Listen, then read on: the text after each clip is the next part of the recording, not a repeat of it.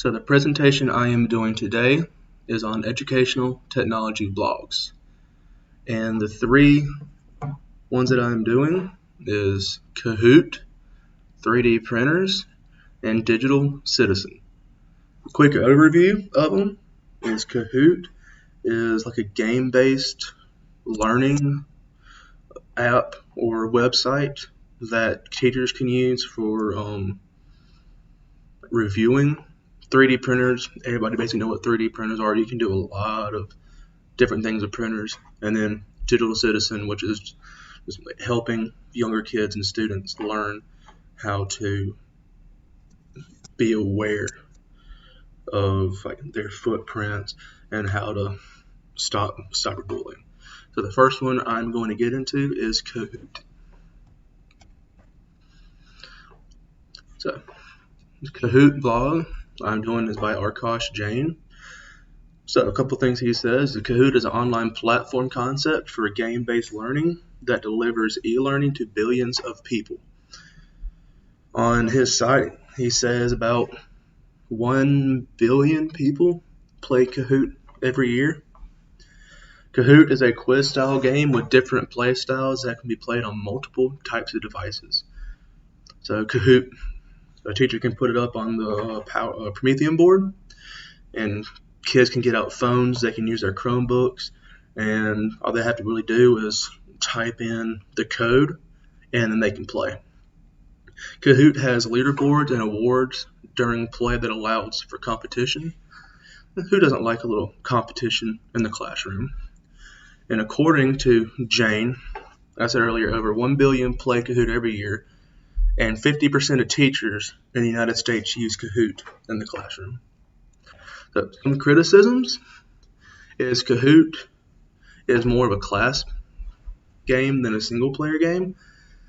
So we're starting to see a lot more of games that can be more single-player than class-wide. And Kahoot was probably one of the first game-based websites that came out that all classes can use.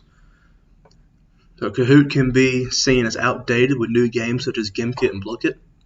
Gimkit and Blooket are the fads right now, as you can say, in classrooms. Blooket and Gimkit have more gaming elements involved with both single and class play than Kahoot does.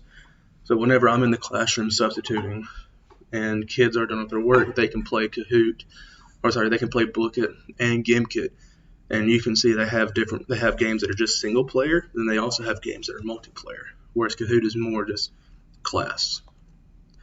Some literature I found by Wang and Tahir from 2020.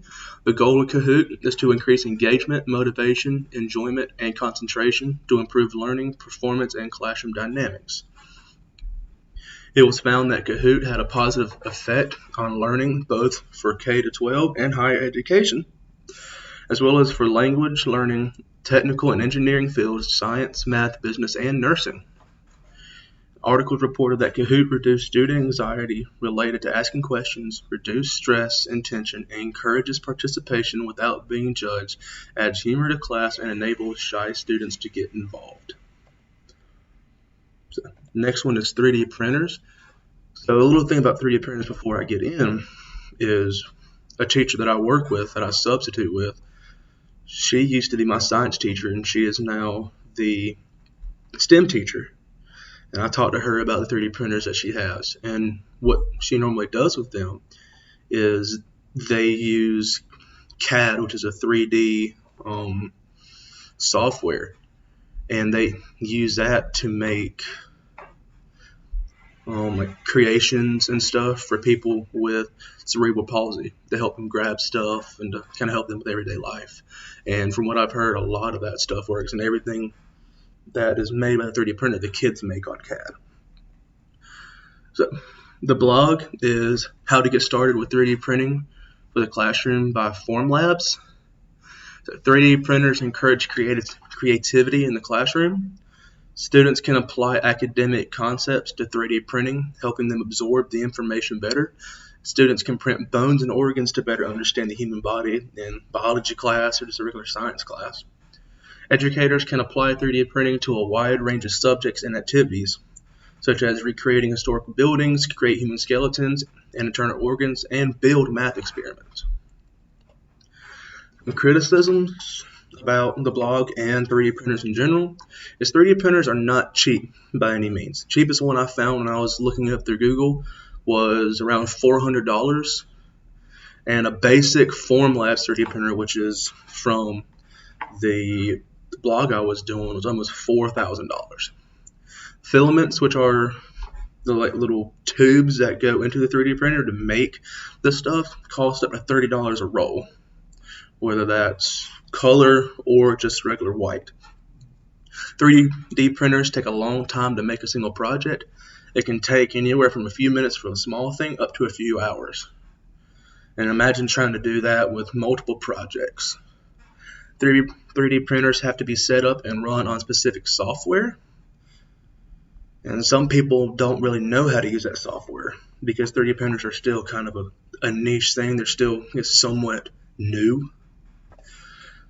The literature is by Dixon and some other authors who's talking about how the 3D printer the class is using had some failures in the filament, but also just students making errors. But it showed how students were engaged and learned off those failures. Failure was not designed for in the lesson plans, but rather was a product of a malfunctioning new technology and the inexperience of the classroom teacher and students. So the students could visualize their learning and make connections during each stage. And as the process went on, this class that was adverse to failure at the start of the process had embraced the challenges of learning and the benefits of it by the end of the process. And the last one is Digital Citizen. So the blog that I'm doing is Digital Citizenship by Wakelet. Digital citizenship describes acceptable, appropriate, and empowered use of technology. Helps understand security concerns. Young people can be influenced by good and bad digital citizens. Young students need to know that they leave behind a digital footprint with everything they send over messages and share online. Encourage students to participate in the online world. The one about sharing stuff online, people tend to forget that an app such as Snapchat, technically on the thing it shows, it goes away after 24 hours. But if you know how to look into files, all those pictures and everything they say is still there. And sometimes students need to know about that so they know not to say certain things.